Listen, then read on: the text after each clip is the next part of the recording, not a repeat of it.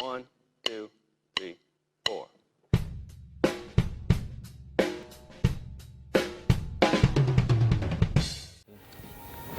Hemos empezado con un tema del grupo CAI, vamos a hablar de rock. Y lo más cercano que tengo a Cádiz en el rock es la grabación que hicimos, un par de discos con el grupo CAI, cuyo batería Fopi, cantante también, ha fallecido hace muy poco y le quería dedicar un poco lo que hoy ocurre, a la charla que tengamos a Fopi, que fue un músico realmente, no solamente bueno como músico, sino también la transmisión que tenía de cómo sentía el rock.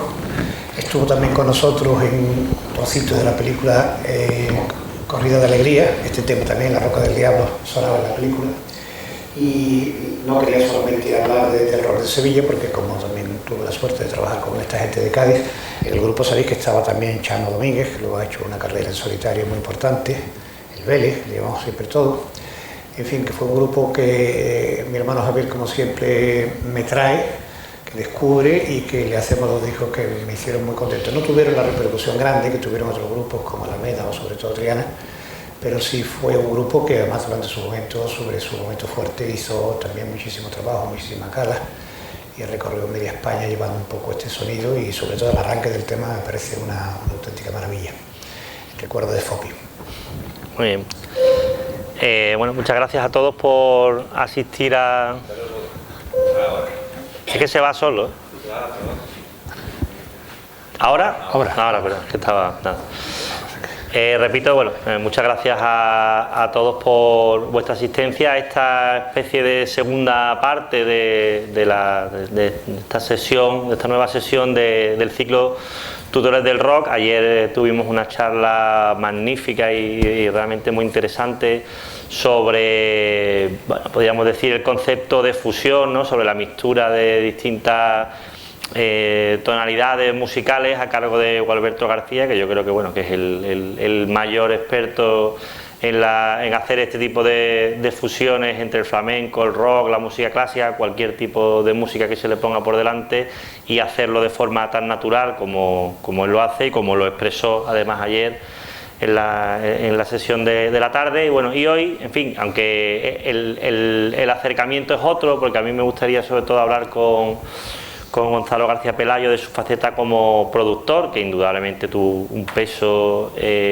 fundamental, vamos, por no decir que es el gran arquitecto de lo que luego se ha venido a denominar rock andaluz, o rock con raíces andaluza, como lo queramos llamar, amén de productor de muchísimos otros discos y sonidos, como luego hablaremos. Pues bueno, de alguna manera sí que es verdad, ya digo, que hay una especie de, en fin, de simbiosis, ¿no?, entre la carrera de Gualberto, que ha trabajado también luego como arreglista mucho con Gonzalo, y también para el sello GON, que a mí me gustaría que fuera un poco el centro de la charla de hoy, por la relevancia histórica que creo que a día de hoy, ahora visto con el paso del tiempo, tiene el catálogo del sello GON.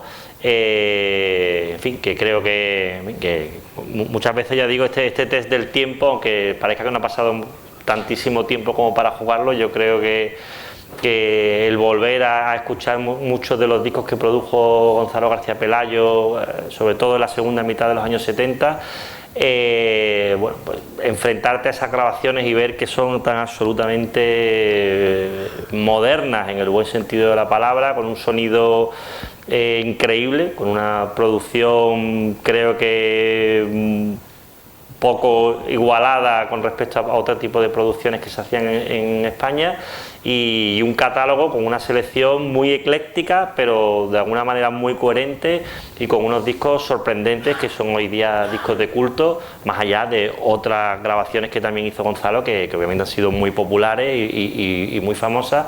Pero a mí quizás también me gustaría aprovechar que estás aquí para hablar, bueno, pues de esa, llamémosla así, cara B del sello GON, ¿no?, que hay joyas absolutamente maravillosas de las que se habla menos que de lo que se debiera. Entonces, bueno, darte las gracias, Gonzalo, por aceptar la invitación, darle las gracias a Salvador Catalán por realmente idear y promover no solo el ciclo de Tutores del Rock, sino esta sesión, que, bueno, que fue idea suya, y bueno, incorporar a a los invitados, ¿no? a la nómina de invitados a esta sesión a un productor musical, que creo que es la primera vez que viene alguien por aquí, y de tal forma bueno, que nos dé esa visión de la parte, ¿no? de la puerta trasera, ¿no? de la música, que muchas veces no se desconoce, ¿no? Entonces, bueno, yo me gustaría empezar preguntándote, Gonzalo, pues algo un poco más vital, ¿no? Es decir, ¿cómo entras tú en el mundo de la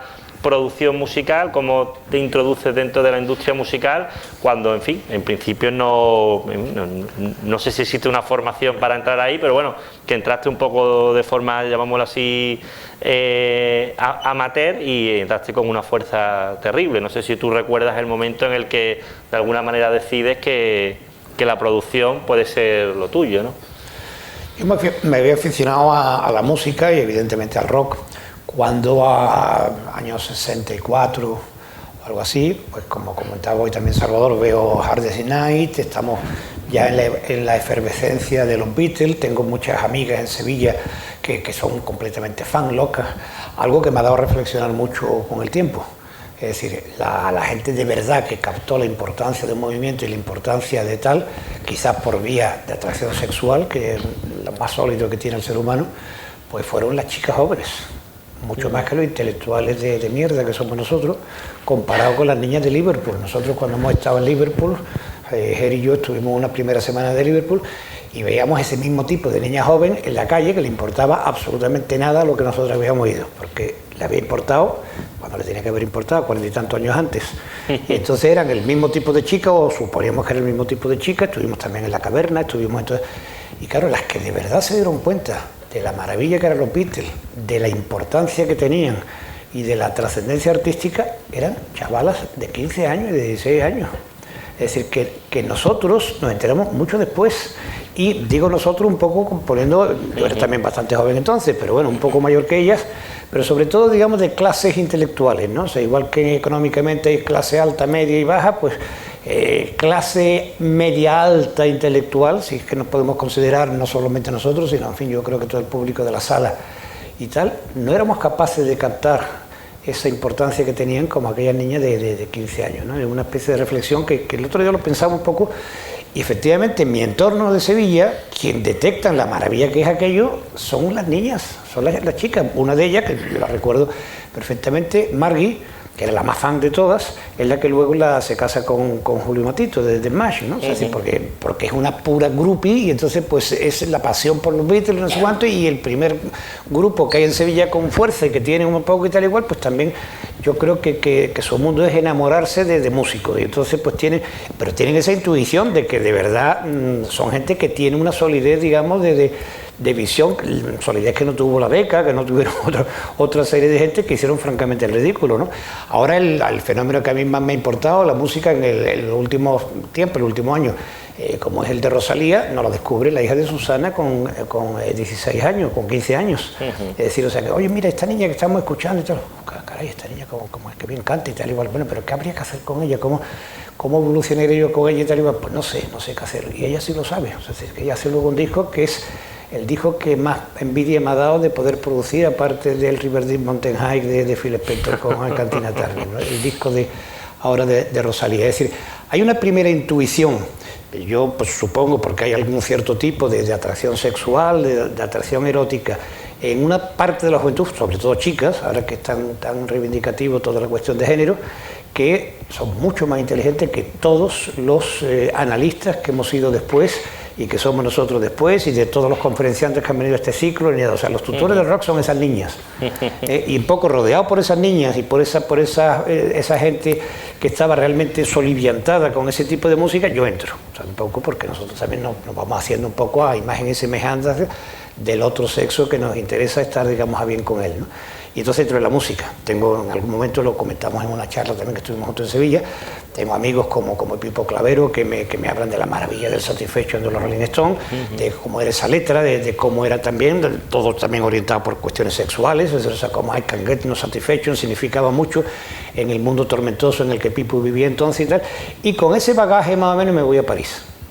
Y entonces en París, a ver cine, o sea, no mi objetivo no es ver la música, pero en París sí me encuentro con toda la avalancha de discos, la Galería Lafayette llena de discos, y allí aumento mi conocimiento de los Rolling Stones, por supuesto me engancho ya definitivamente a los Beatles, veo a los Beatles en directo, veo a los Kings en directo también, cuando estaban sacando el Face to Face, y encuentro el disco de Miles Davis de Sketches of Spain, que me produce una fuerte conmoción, porque es un poco como la canción del emigrante, ¿no? O sea, todo lo que tiene que ver con España te hace más efecto cuando estás fuera, y entonces el escuchar allí en mi buhardilla de París, buhardilla muy, no nada de artística, sino simplemente muy pobrecita, de Sketches of Spain, pues me hace una especie de llamada, de alarido, de que ese es el camino que ha tomado este músico, que yo medio conocía, los arreglos deslumbrantes. Y bueno, pues no es que tuviera ganas de volver a España, pero lógicamente tenía que volver. Otra cosa, yo había hecho todo eso para prepararme al ingreso en la Escuela de Cine de Madrid, que no te permitían el ingreso hasta los 21 años, y ese tiempo lo rellenaba, pues bueno, me iba a preparar de verdad para el ingreso en la Escuela de Cine. Y entonces vuelvo a Sevilla lleno de fuerza de todo lo que me había alimentado en París. Lo último que me llevaba de París era que entro en Galería Lafayette para ver un poco los últimos discos, con la agobio de última hora, bueno, me llevan lo último que hay y tal. Y entonces el de Jimi Hendrix, no sé si había oído Hey Yo, pero la portada me llama, el primer disco de Jimi Hendrix, de señorita, ¿lo puedo escuchar un poco? O sea, antiguamente en los tiendas de discos te dejaban escuchar un rato y tal. Me lo ponen con auriculares, me fascina lo que oigo, que no recuerdo exactamente qué tema es, pero me pareció algo tan increíble lo que estaba escuchando que le dije ya, porque me gusta tener decisiones muy rápidas, no dudarlo, ¿no? Y entonces no sé si me lo llevo, ya. Todos los viajes en tren, larguísimos, que hacía siempre entre París y Sevilla, estaba soñando con llegar a Sevilla para escuchar ese disco, o sea, diciendo, bueno, ¿qué es lo que he oído? ¿Qué sensación me ha producido? ¿Qué novedad es lo que hay ahí? Y qué ganas tengo de llegar para acabar de confirmarlo. También Pink Floyd, o sea, los primeros Pink Floyd, todavía con Syd Barrett y tal, ¿no? Entonces llego a Sevilla, efectivamente machaco ese disco, y entonces estoy absolutamente imbuido ya dentro del espíritu de la música, que lo he cogido en París. Me equivoco de ciudad porque realmente para enamorarme de la música hubiera sido mejor haberme ido a Londres. Lo que pasa es que yo iba por el cine más que por la música, ¿no? Pero bueno, París estaba suficientemente cerca y suficientemente fuerte, ya te digo, pude ver a los Beatles o a los Kings, y entonces pues también figuras legendarias como Louis Armstrong, o sea, así que de alguna manera pues en París sí cogí ya la brisa, ¿no? O sea, sí me llegaba de Londres. Y llego a Sevilla, yo no soy músico, había hecho algún pequeño escarceo con la trompeta, yo de joven quería ser Louis Armstrong, y entonces bueno, cuando ya vuelvo de París, pues quiero ser Brian Epstein, que es lo único que me encaja un poco dentro del perfil mío. Y me meto en la música, además me pongo la discoteca de Don Gonzalo y tal, y me pongo a buscar un grupo que managear. Me parece una persona especial, Mane, que es el músico que es de Sevilla, pues nos dejó deslumbrado a todos los de esa generación, también por nivel cultural, nivel de una serie de cosas. Mane era estudiante de arquitectura, tenía un nivel, digamos, intelectualmente algo más alto que la media de los músicos, no solamente sevillanos, sino en general, de los músicos en general que ha habido en España. Y voy a donde Mane quiera, y Mane está metido con los Gongs, está haciendo además un repertorio formidable, que yo también traigo discos de París, que le llevo a Alfonso Eduardo Pérez Orozco a la radio y tal, de Otis Redding, etcétera y tal, y también de Hendrix, claro, coincidimos que hacían una versión de Purple Haze. Purple Haze, sí, que iba a decir Purple, la otra de Purple Haze. De Purple Haze y de Fire, que era la que yo me dislocaba. Y claro, bueno, esta gente están tocando lo que de verdad yo ahora mismo tal, y me meto.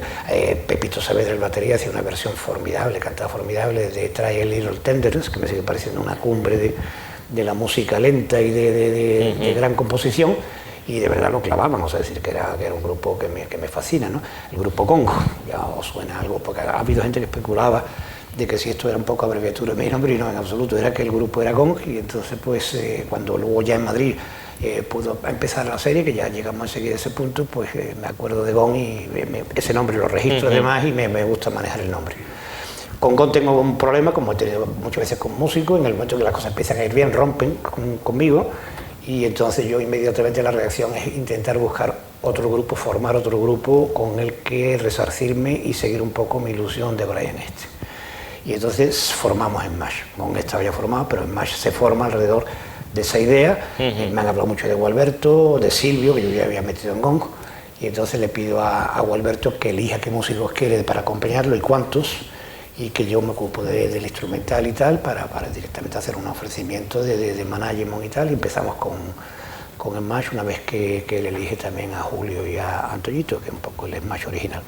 Y así empezamos con Smash durante un año y pico, en el que era doblemente manager y en fin, productor, en el sentido un poco de instrumento y tal. Consigo conectar en Madrid también con mi amigo Alfonso Eduardo, donde le había llevado discos a la radio, nos conocíamos porque de alguna manera yo era un fan suyo, que le llevaba los discos recientes que había traído de París, sobre todo Otis Redding. Y Alfonso nos busca un contrato en la compañía grande Philips. Y Fonogram, vamos, lo que pasa es que a mí siempre me ha gustado llamarle Philips porque me parece que suena más a máquina de afeitar. Y entonces pues grabamos en Philips el primer disco, Glorieta de los Lotos, y luego de manera desordenada grabamos el segundo. Digo desordenada porque no tiene el concepto de disco completo que tuvo Glorieta de los Lotos, pero donde hay temas que, bueno, un tema muy definitivo como We Want to Smash This Time, sobre todo Behind the Star, que era un poco lo que estábamos buscando. O sea, en definitiva me gusta más el segundo disco que el primero, a pesar de que fuera un disco más tutto revoluto, la portada no se cuidó, es decir, o sea, que era una portada, digamos, estándar del diseño mientras que la Glorieta de los Lotos sí estaba muy cuidada la portada y todo, o sea, lo he trabajado mucho. Y con Smash me vuelve a ocurrir que como Gong, cuando hay una cierta evolución, pues tenemos una diferencia y unos choques. Ellos se van a Cataluña con Oriol Regás a hacer todo lo de Smash, o sea, la idea que hemos empezado a desarrollar con Smash la acaban desarrollando ellos con la inclusión de Manuel Molina. Caen en manos, afortunadamente, de un grandísimo productor, en ese momento, desde luego, y en muchos momentos mejor que yo, o sea, Alain Miló, y afortunadamente cae en manos del mejor productor que ha habido en España. O sea, así que las cosas que ha hecho Alain, desde el single de Los Bravos, el Black y Black, hasta el disco del Águila Negra de María del Marbonet, es un marco tan amplio y tal, que desde luego lo pone absolutamente número uno, y tenía además una gran capacidad y efectivamente la capacidad de Alain también de penetrar en la sociedad, de que la gente le echaba cuenta de que la radio y los críticos se creían lo que decía Alain, y Alain se entusiasma con esta idea de tal, aunque yo lo estoy viendo desde fuera con una cierta lástima de no participar en aquello y tal igual, pero con mucha alegría, porque de alguna manera el germen de la idea que habíamos tenido Julio y yo estaba cuajando y tal, aunque más propiamente no hacen lo que queríamos hacer todavía no lo hacen, lo que queríamos hacer, que era una especie de fusión, ¿no? O sea, hacen justaposición, o sea, más cantan rock hasta un punto y luego entra la guitarra y la voz de Manuel Molina hasta otro punto y luego vuelven al rock, o sea, es decir, que van juxtaponiendo, pero es una juxtaposición muy brillante. Y sobre todo a mí hay temas como Ni recuerdo ni olvido, que me parecen que son absolutas obras maestras, ¿no? O sea, que me cuesta trabajo reconocer como obras maestras discos españoles que no he producido yo, pero ese disco me parece que es absolutamente una obra maestra, esa canción concretamente, ¿no? En ese sentido de hacer justaposición, ¿no? Luego ya llegaría el momento en el que sí se produciría la fusión completa, que para mí ya llega el momento de Triana y los grupos en general de rock andaluz, no solamente Triana, pero fundamentalmente con la figura de Triana. Pero hay un momento, Gonzalo, que bueno, por citar algunas fechas y situarnos, realmente Smash empieza con Alain Miló en el año 71, que es un año en el que tú de alguna manera, bueno, pues te vuelves a quedar huérfano de grupo al que managear, al que producir. Y claro, del 71 al 74 creo que es cuando se forma el sello Gong. Ahí hay una serie de años en las que tú, ¿cómo sigues? Bueno, sigo vinculado a la música, me meto ya en los medios de comunicación, o sea, si correcto. No sobre en este, pero sí quiero ser entonces un DJ y un promotor de grupos, de ideas, de música. Y entonces tengo la osadía de irme directamente a Televisión Española a decirle que me gustaría presentar un programa de música. Eran gente amiga de Radio Vida que estaban dirigiendo la 2 de televisión. Me hacen una prueba y efectivamente empiezo, milagroso. O sea, que si ir a televisión, pedir un programa y te lo dan, y empiezo a hacer Beat Club, donde tenías cosas de Jimi Hendrix, de Eric Burdon, de una serie alemana que habían rodado, y que simplemente yo hacía la presentación un poco explicando los contenidos, que para aquel momento de luego era imprescindible que alguien lo explicase, ¿no? O sea, es decir, me hacen una prueba, funciona, y luego incluso se empieza una serie de revistas por la tarde, una de ellas dedicada a la música, que dirige Moncho Alpuente, y la propia televisión le pide pide que lo presente yo porque soy un poco como el presentador del rock, ¿no? Ya con el pelo largo y tal. Y entonces hay un momento increíble en el que me veo presentando 2 programas en la televisión, uno en la primera y otro en la segunda, ¿no? Porque claro, es un salto. Eso inmediatamente me abre puertas, afortunadamente, un momento muy feliz, incluso económicamente, porque de emisora, empiezo a escribir en Disco Express, empiezo a tener una labor en los medios, ¿eh? Ya no como productor, claro, sino que estoy un poco. Y fundamentalmente, Alfonso Eduardo de nuevo me deja la dirección de Radio Popular FM, que la lleva durante un tiempo, pero de alguna manera no le está sacando el rendimiento y las ideas que él tiene y tal. Yo la cojo enseguida con mucha ilusión y entonces hacemos una radio integral de música, no las 24 horas, pero en fin, desde las 9 o 10 de la mañana hasta las 2 de la madrugada, que terminaba Cifuentes con el Jazz Porque Sí. Y entonces hacemos una programación, bueno, yo creo que ha sido una de las cosas que más recuerdo con más cariño de mi vida, sobre todo en mi relación con la música, que es el hacer todo tipo de músicas, o sea, es decir, compartimentar el día en todo tipo de música y darle entrada a cualquier especialista que llegase a la emisora trayendo una idea de yo quiero trabajar esto, músicas que yo algunas veces respetaba menos o me gustaba menos, pero que había la posibilidad de que efectivamente fue una época de muchísima comunicación, porque muchísimos de los compañeros que allí estaban me enseñaron muchísimas cosas, supongo que yo también le enseñé algunas cosas. Precisamente en la sala tenemos a alguien que ya estaba en la emisora con Alfonso cuando yo llego, que es Paco Espelta. En aquel momento, además de luego, ha sido especialista en muchas cosas, pero era especialista fundamentalmente en música de color, música negra, soul, y pues, Paco desde Al Green hasta, por supuesto, acabar de remacharme Jay Brown, que yo ya lo conocía, pero no con la importancia que Paco le daba. Toda la cuestión de country rock, por ejemplo, que el grupo de Aurelio González, de Juan de Pablo, de gente le daba mucha importancia, con Ozono, pues también tal, una influencia fundamental del grupo, digamos, del pequeño núcleo de injerencia, o de injerencia no, de infiltración comunista que teníamos como en todas las cosas intelectuales en ese momento, afortunadamente en España, que era Antonio Gómez con su gente, de folclore sudamericano fundamentalmente, que luego fue muy importante para Serigón, cantautores que estaban en ese momento pues muy ocultos, pero que estaban, o sea que sí teníamos a Raimón, a Paco Ibáñez y tal, en toda la sección, digamos, de folk de la emisora. Cosas que me gustaban menos, pero que en aquel momento tenían mucha garra para el gran público nuestro, tal, como era la música sinfónica, de Yes hasta Emerson, Lake and Palmer. Las grandes discusiones eran las cosas que anulábamos, que discutíamos que no. Me recuerdo perfectamente los grupos que yo no le ponía veto, pero que yo decía, no, esto no vale nada. Sin embargo, otras cosas que poníamos.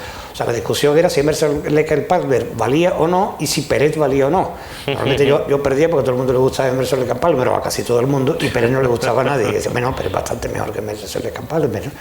Y era, pero bueno, cada uno tenía también alguna idea así al respecto, ¿no? O sea, que luego otro llegaba y decía, no, pero es que esto no sé qué. O sea, era un debate continuo muy rico y con mucha calidez, o sea, es decir, de conocimiento, ¿no? Luego ya la maestría de Cifu, que ha sido el gran especialista ya de la música española de todos los tiempos, o sea, es decir, que no ha habido nadie que tenga la profundidad y la hondura que nos enseñaba ya a todo el mundo. O sea, que ahí con Cifu no se discutía, era simplemente aprender con Cifu.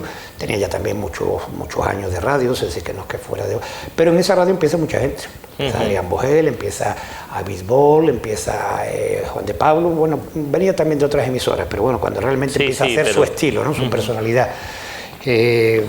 Mucha de la gente que de verdad luego la música española ha tenido sitio, tuvimos la suerte de comenzar en aquella emisora, hasta que a pesar del éxito, porque era la emisora de todos los universitarios de Madrid, o sea, teníamos un público solamente en Madrid, o sea, no había una difusión, pues la emisora nos corta. Supongo que saben que estamos muy infiltrados por el Partido Comunista y con toda la razón del mundo pues nos cortan. Porque para eso es una emisora de la Iglesia, de la COPE, y lógicamente no se dejan invadir con tanta facilidad.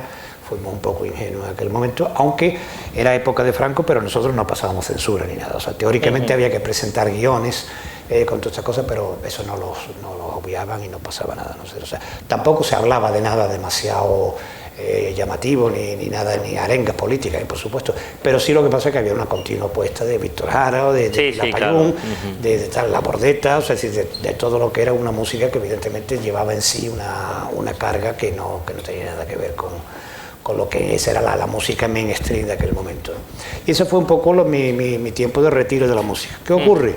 Que una vez que estoy comentando desde allí un poco lo que son las ideas que tengo de lo que tiene que ser la música española, cómo hay fundamentalmente que buscar una música personal, racial, auténticamente de consello nacional, o sea, en fin, todo ese tipo de cosas.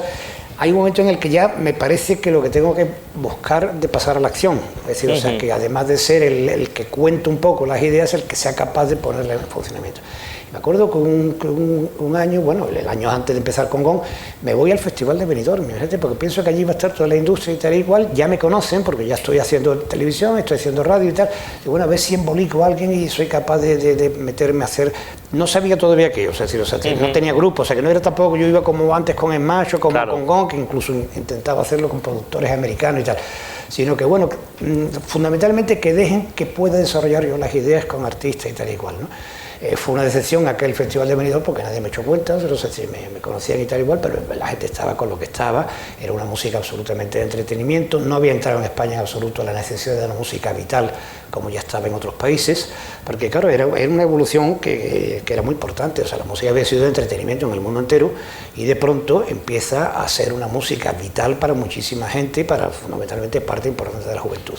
Eso es un proceso que es una curva ascendente, y en España todavía no ha tocado el que realmente hubiera esa necesidad de una música expresiva, ¿no? De la música de entretenimiento.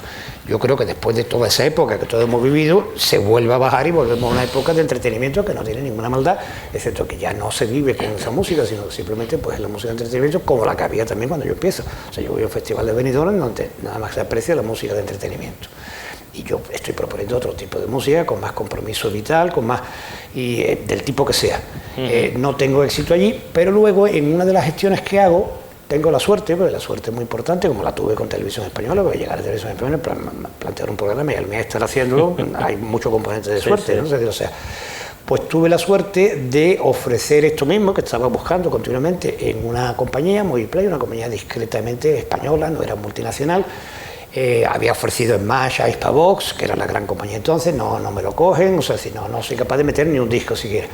Pero llego a Moviplay y con el director artístico de Moviplay, que había sido miembro, creo que era de Nuestro Pequeño Mundo, Carlos Guitar, dice, no, pues nosotros sí estamos buscando ahora mucho material, porque nos están pidiendo, los dueños de la compañía nos están pidiendo quieren seguir invirtiendo en música, o sea, es decir, en discos, ¿no? Y quieren hacer una compañía más grande, o sea, están un poco en la idea de tal. Y bueno, pero el cielo abierto.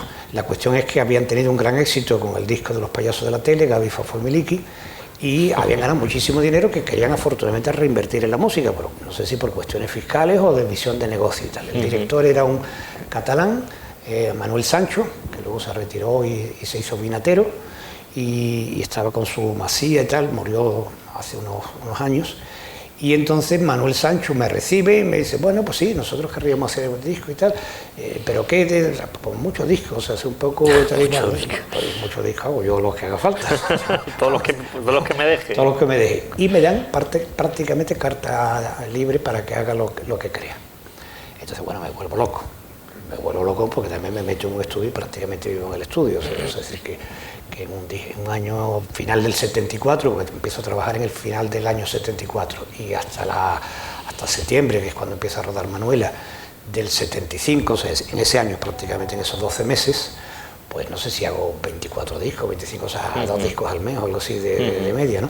Y al mismo tiempo también nos ocupamos de sacar el sello DICAP de los chilenos, que fundamental la ayuda de Antonio Gómez, que ya estaba en la emisora, como te contaba.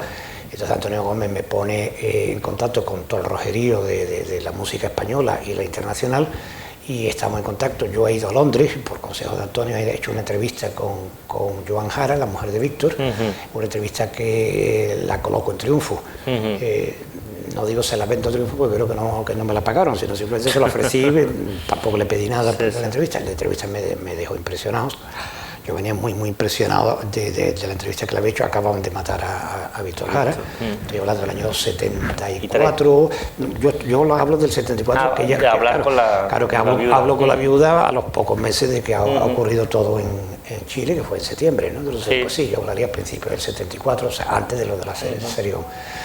Y Y entonces yo le prometo a ella hacer todo lo que pueda por la memoria de Víctor en España y contactamos con DICAP, Antonio y yo, para editar el disco, una recopilación de éxitos. En fin, yo tampoco lo conocía, Antonio conocía más, de lo que pudiéramos sacar de Víctor Jara un poco como el desagravio.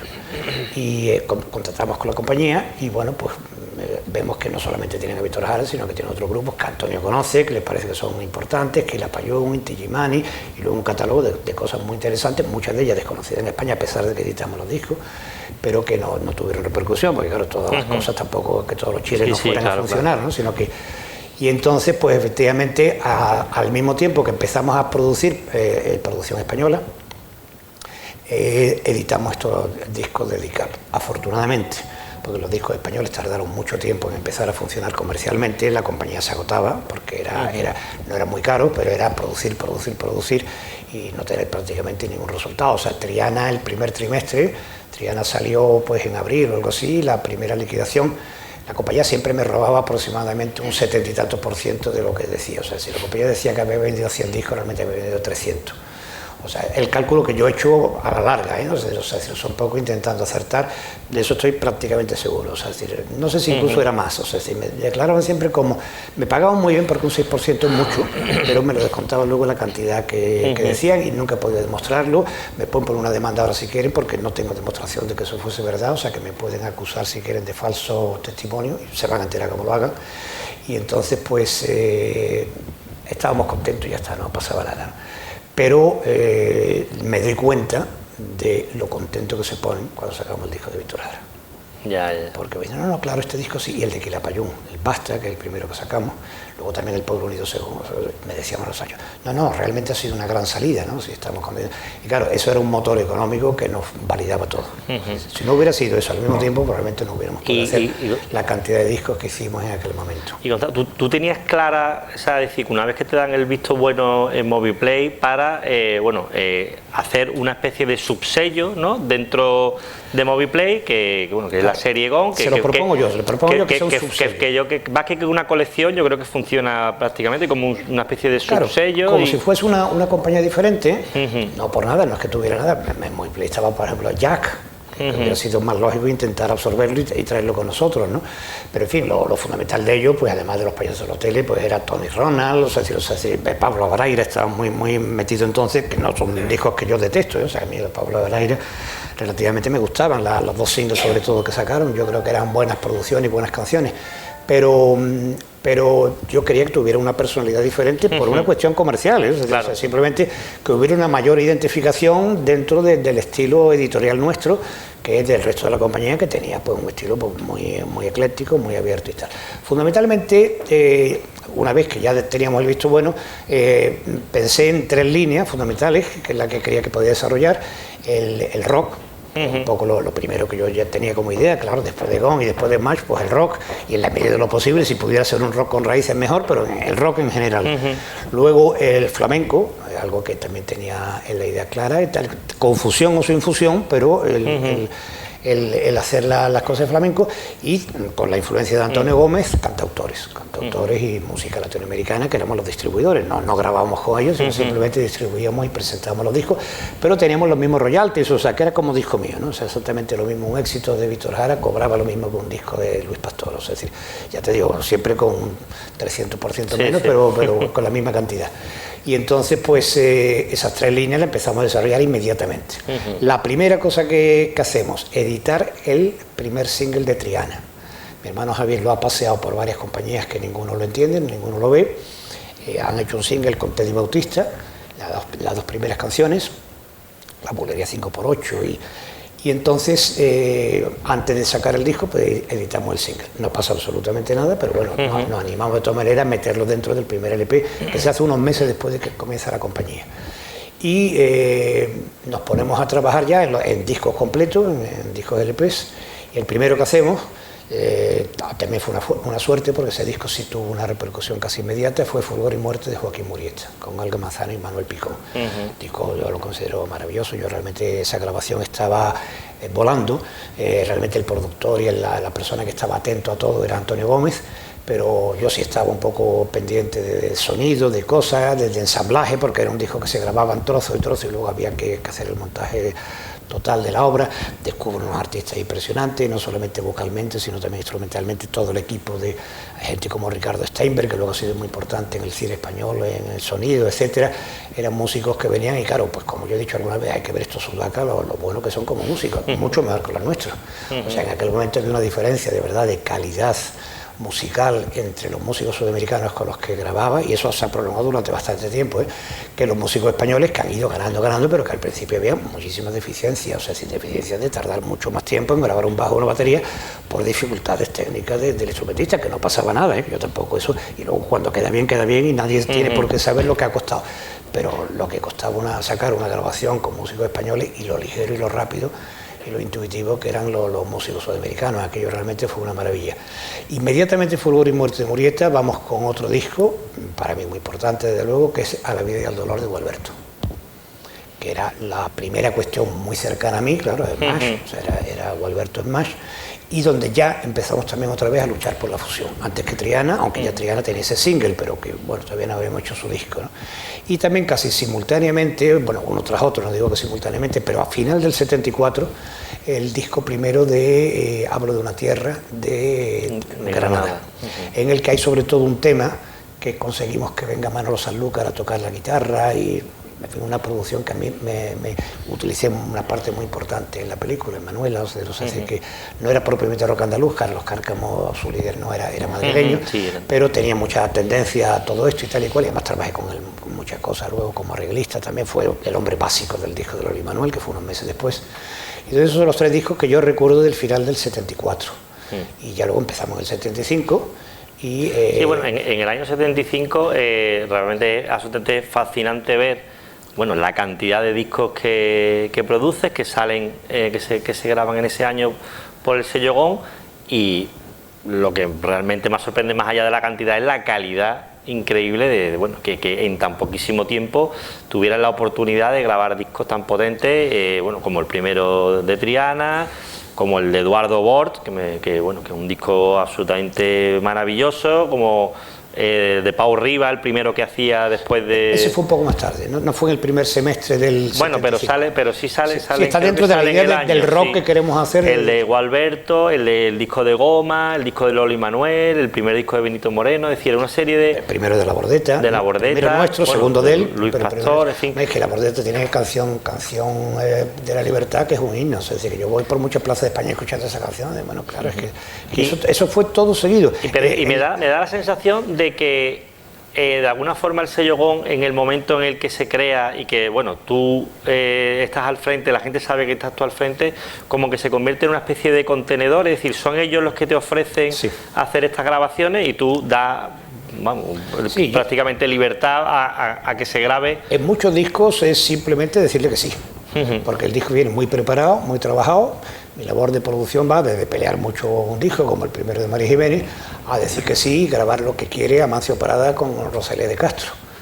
Trae una maravilla, guitarra y cello nada más, y su voz, y entonces estar en el estudio diciendo que sí a todo, porque no voy a retocar, ni he preparado tampoco el repertorio, porque la labor de producción puede abarcar muchas cosas. Aquí fundamentalmente decirle que sí a gente que le habían dicho que no, otras compañías, o sea, la diferencia del sí o el no, simplemente. Entonces Amancio, por ejemplo, viene de París, que había hecho un disco interesante, no completamente redondo, pero interesante, con alguna canción realmente brillante, y se nos ofrece, no recuerdo de qué manera, normalmente siempre con Antonio Gómez más o menos de intermediario, y se nos ofrece a grabar esto, sí, de Rosalía de Castro, pues sí, por Rosalía de Castro, o sea, tampoco tengo mucho que opinar y tal, pues estoy en el disco, estoy embebido, o sea, se me parece, es decir, yo no me puedo creer, bueno, estoy volando, estoy ya envejeciendo, o sea, si estoy atontado, o sea, de verdad es tan bueno todo lo que... O es porque lo estoy grabando yo, o sea, realmente esta gente me está impresionando de esa manera porque es verdad, o simplemente porque no me podía creer la sucesión de cosas que yo ni siquiera había buscado, o sea, que tampoco, Gualberto sí lo había buscado, sí, claro. ¿entiendes? O Triana, pues más o menos, porque ya habíamos conocido a Nuevos Tiempos, en fin, eran cosas cercanas a mi mundo, cercanas a lo que yo estaba trabajando.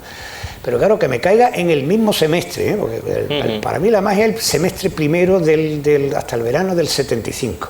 Bueno, ya te he comentado esos tres discos de Fulgor y Muerte de Murieta, Gualberto, A la vida y el dolor, y el de Carlos Cárcamo, que me pareció un disco, sobre todo el tema fundamental, que me parece impresionante. Pero luego es que nos metemos en el estudio y más o menos, no sé en qué orden, pero está el primero de Triana, el único de Goma, el primero de La Bordeta, el primero de Amancio Parada, el primero de Luis Emilio Batallán, que ha sido el disco más vendido en la historia en Galicia. Y el segundo es el de porque hablamos de rock andaluz, pero tengo el honor de tener los 2 discos gallegos de más ventas de la historia, que es el de Luis Emilio Batallán, que además lo arregla Carlos Cárcamo, inmediatamente el primero de Luis Pastor, que me abre muchas puertas, como ya comenté, de la película de Manuela, porque ahí va un tema de Octavio Paz, y es lo que hace que Manuel Halcón me diga que sí, que de acuerdo, que haga yo la película y tal, con Luis Pastor. El primero nuestro, segundo, de Hilario Camacho, que me parece que es un disco que se rompe, o sea, el de Paso me parece que... y tal, el primero de Lola y Manuel. Claro, todo eso en los primeros 6 meses. Claro, era una lluvia de cosas que, bueno, de mucha fortuna, pues ya te digo que yo apenas los busco, o sea, llegan.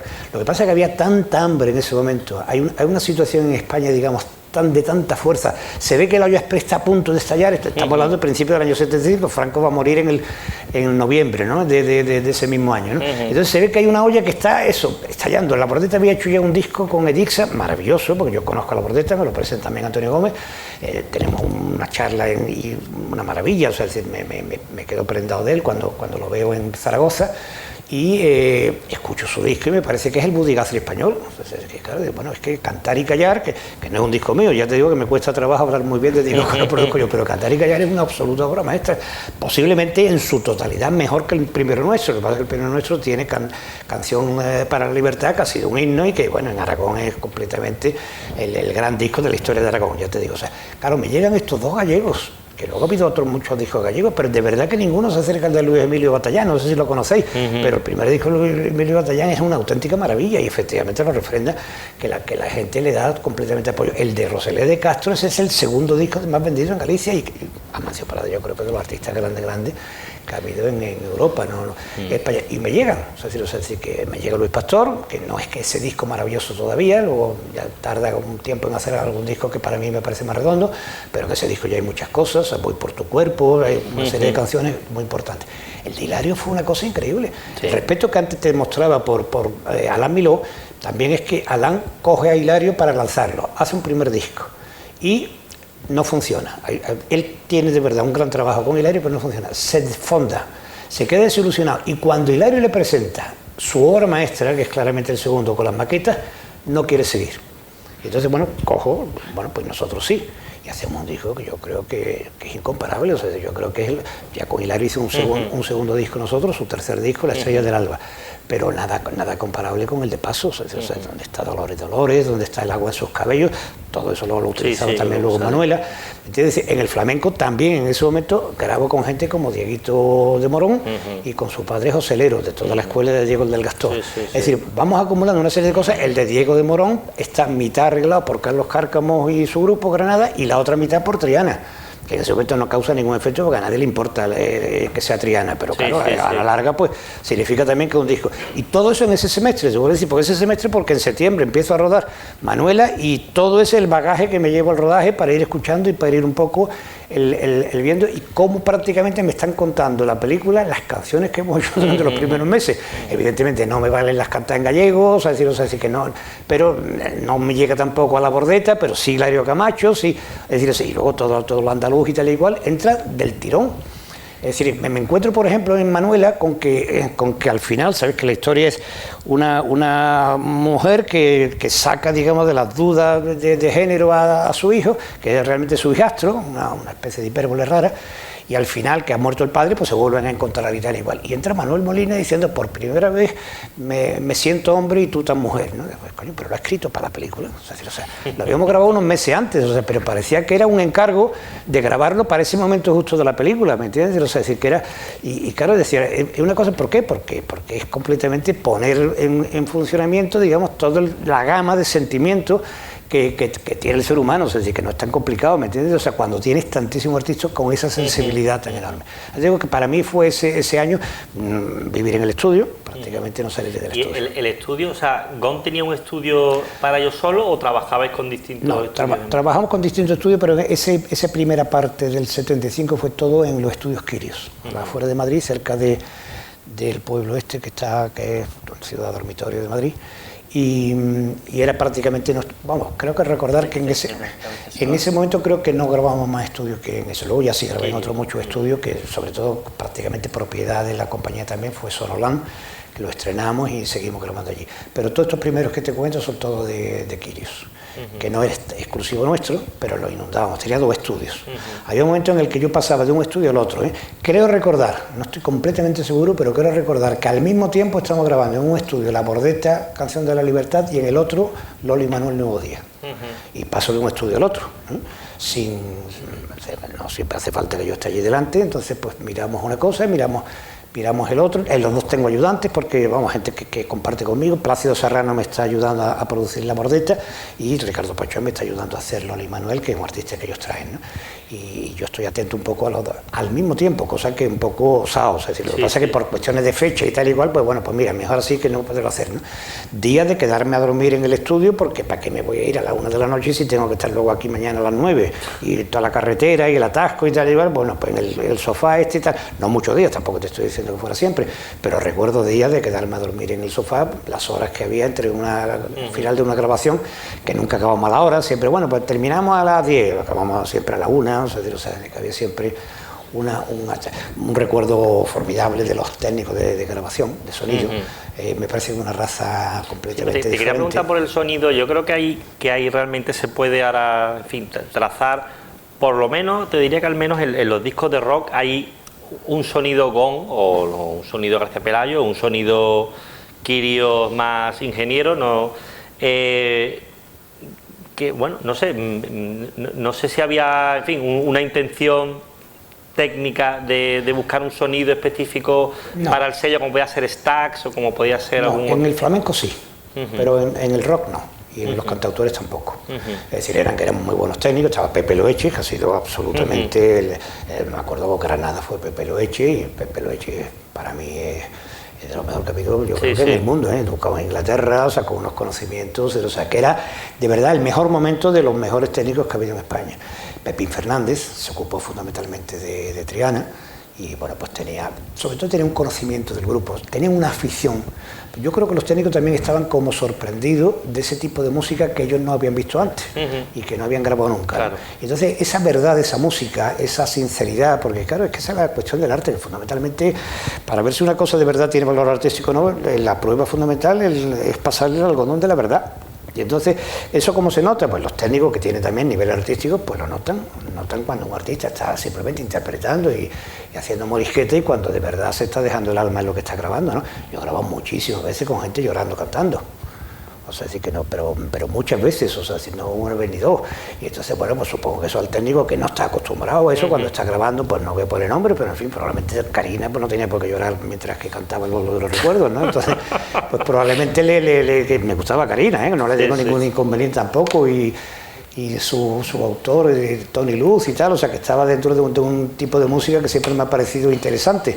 Pero claro, no era Amancio Parada diciendo adiós Riga, adiós Fonte y dejándose el alma. O sea, que es que Amancio está viendo San Juan de la Cruz cuando está cantando, y entonces, pues, claro que te tiene que impresionar. O sea, si estás en el estudio, estás nada más que viendo a Amancio y Gatinoni con el cello y tal y igual, y el otro volcado en el micro, claro, pues impresiona. Y entonces el técnico también coge un nivel. O sea, Pepe Loeche se quedó en el disco de Granada Hablo de una tierra, con toda la parte de Manolo Sanlúcar y todos los melotrones que nos dejaba, el agua. Eso fue idea de Pepe Loeche, ¿no? Bueno, pero yo tengo un agua grabada en estéreo porque hay un arroyo, he puesto los 2 micros y tal, y digo, espérate, a ver si el agua. Fui y metió el agua, nos gustaba una barbaridad el sonido del agua mezclado con no sé cuándo. Claro, el técnico vibraba de una manera que posiblemente en otro disco pues no tenía la misma ocasión con Tony Ronald, ¿me entiendes? O sea, que hacía un buen disco, pero ya está, ¿no? Yo supongo que era eso. El director del estudio, que normalmente no venía a grabar, pero que era un técnico conocido, Raúl Marcos, pues lo que le gustaba es venir a la mezcla de Triana y lucirse. Digo, espérate, las campanitas estas de tele, espérate que le voy a meter un eco. Se iba al cuarto, tocaba el magnetofón, como hacen ahora los DJs de moda del disco, con no sé qué, la cinta y tal y cual, y nos hacía unas virguerías técnicas que yo no se le veía que lo hacía en otro disco, porque al mismo tiempo yo grababa muchas veces, no siempre he grabado yo en los 2 estudios, cuando yo grababa un estudio normalmente había otra grabación en el otro estudio. No veía yo ese mismo calor, o sea, y es simplemente la impronta artística, o sea, que cualquier persona es sensible a lo que se está produciendo ahí en ese momento, ¿me entiendes? Y volvemos a lo mismo, están acostumbrados a grabar música que su único objetivo es el entretenimiento, claro. Y ahora de pronto se encuentra con una música vital, llena de sentido personal de quien la está grabando y además acumulada una tras otra, otra tras otra. ¿Cómo te va a quedar sin importarte cuando la Bordeta está cantando el canto de la libertad o está cantando la nana de la cebolla? O sea, son cosas que te dejan absolutamente fuera de lo que tú estás acostumbrado a ver, y yo eso es lo que supongo que tú encuentras.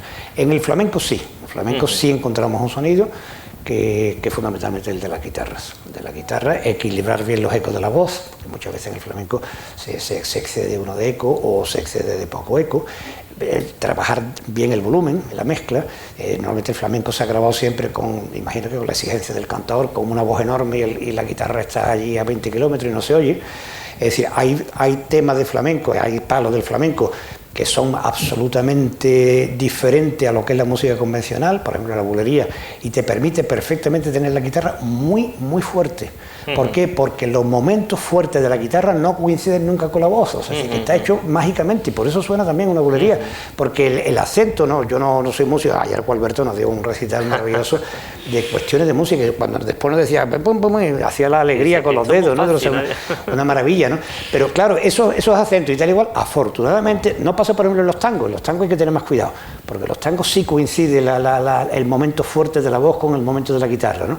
Pero en la bulería, en la soleá, está hecho tan mágicamente, pasa igual también con algunas cosas sudamericanas, con la zamba, como tal, que nunca hay al mismo tiempo la fuerza de la voz y la fuerza Claro, eso es lo que le da la elegancia. Eso es lo que le da el estilo y lo que le da el sabor, ¿no? Entonces, claro, yo lo que decía, pero si no pasa nada, ¿por qué no vamos a poder subir la guitarra? Pega fuerte. Entonces, no es que baje la voz, es que la inundo de guitarra, o sea que la guitarra está muchísimo más fuerte que en otro. Eso ya de mezcla. Sí, es verdad. Aparte que el sonido de la guitarra, si hacemos un estudio de tal, que si tengo un tiempo con uno de los técnicos, y una vez que encontramos eso, sí lo intentamos repetir en otros discos. Nos damos cuenta también que cambia en función también del guitarrista, como es lógico, y de la propia guitarra que tiene, ¿no? La idea era relativamente simple, y eso sí son todos mis discos de flamenco, tienen ese tipo de grabación de guitarra. Era cada guitarra, primero 2 guitarras, o bien 2 al mismo tiempo, normalmente incluso el mismo guitarrista graba 2 veces, pero con la misma técnica. Pero vamos a suponer que son 2, Paco Cepero y Enrique Melchor, cada uno con 2 micros. Un micro absolutamente matado de agudos y totalmente grave, que si lo pone no se puede escuchar, o sea, es decir, completamente grave. Y otro completamente agudo, que si lo pone no se puede escuchar, o sea, sin ningún tipo de cosa. Los dos juntos te hacen que tú encuentres el equilibrio entre grave y sonido con volúmenes, no con ecualización. O sea, con los volúmenes. O sea, oye, dale un poquito más de grave, un poco, la guitarra cambia y tal. Pero es muy importante que sea el volumen, no con la ecualización, o sea, porque eso es más manejable, o sea, es como partirlo. Y sobre todo porque una vez que están separados, te permite hacer el eco, que ensucia mucho el eco en los graves, se lo pone nada más que al agudo. O sea, lo tienes separado y entonces le metes el eco solo al agudo, el grave no resiste, porque una guitarra que le metas eco tiene mucha probabilidad de estar muy sucio todo, porque el grave ensucia mucho. Entonces esa guitarra coge muchísimo eco y que además se nos ocurre lanzarlo en el otro bafle. De manera que aquí está sonando el grave, el agudo y el eco del agudo de la otra. Y en el otro lado estamos haciendo exactamente al revés. El primer disco en el que lo hacemos es en el de Loli Manuel, El Nuevo Día. Y en el documental un poco lo cuento con detalle. Bueno, en la grabación lo contaba con más detalle, ¿no? Como lo estoy contando ahorita. Sí. Y eso ya una vez que veo que funciona, lo hacemos en todo. En el primero de María Jiménez lo hacemos. Ahí, claro, queda más brillante cuando, por ejemplo, hay un corte, ¿no? En la rumba de María Jiménez, cuando se acabó, no, porque esa no la grabo yo, sino la primera que grabamos, ¿no? Cuando corta todo el mundo y tal, queda un poco y tal, que sí, entonces empiezo a tener un poco la ilusión de estar haciendo un poco un muro de sonido como Phil Spector, solamente con 2 guitarras, ¿entiendes? O sea, y eso se lo ponemos también a José Lero, ¿eh? O sea, así que cuando estamos grabando con José Lero, con su hijo Dieguito, también le colocamos con una guitarra, tenga también claro, está cantando una voz clásica y tal, pero con una guitarra que es, claro, ellos se quedaban, yo recuerdo Cepero, diciendo, oye, pero ¿cómo es esto? ¿Pero cómo suena? Es decir, o sea, la idea de que los guitarristas... ¿Cómo sueno, no? Sí, ¿cómo cómo suena. O sea, es decir, oye, somos nosotros los que tocamos. Decían bromas de ese tipo, Sí, pero sí. de verdad somos nosotros los que estamos tocando y tal igual. O sea, es decir, claro, eso es muy elogioso. O sea, es decir, ¿por qué? Porque nadie se ha preocupado nunca de la producción del flamenco. Es decir, se preocupaban los que sabían de eso de manera intuitiva con Mairena. Mairena, todos sus discos suenan bien porque está muy bien producido por él mismo. Pero lo de Camarón, por ejemplo, lo de Caracol son un desastre, lo de Bambino son un desastre. Es decir, o sea, es decir, que de sonido, de producción, de idea, ¿no? Entonces, eso, en el sello ya había discos que estaban bastante bien grabados, no con esta técnica de guitarra, pero ya había discos de Pansequito, de Juanito Villar, que estaban muy bien grabados, por el otro productor que trabajaba también con nosotros y con el que luego tuve conflicto, tal, Gustavo Ramudo, pero sí tenía una grabación ya, digamos, moderna, ¿no? De sonido de guitarra y también de volúmenes, muy importante. O sea, no puede estar cantando el cantante y la guitarra a 200 metros, o sea, tiene que estar envueltos. O sea, el punto en el rock es fundamental. O sea, cómo se coloca la voz en el rock es fundamental. O sea, sabes que el rock tiene siempre muchísimo más volumen, el instrumental, que en un disco de Julio Iglesias o de Tony Bennett. O sea, claro. ¿por qué? Porque es fundamental que la expresividad que tiene la instrumentación, que no solamente es de acompañamiento. Si te parece, podríamos abrir una tanda de preguntas por si alguien quisiera intervenir, aprovechar que está aquí. Nos hemos quedado en el primer trimestre, semestre del 75. Porque esto va para un simposio. No, pero es el momento clave fundacional. Sí, además, bueno, todo lo sí, demás, sí. hombre, luego quiero añadir, pues claro, luego posteriormente, pues grabó María Jiménez, grabó Pau Riva, con 2 baterías, cada uno colocado, grabó Carlos Cano, vainica doble. Es decir, o sea, vamos añadiendo cosas que creo que van dando mucho peso a todo lo que es la grabación de aquel primer año mágico para mí, ¿no?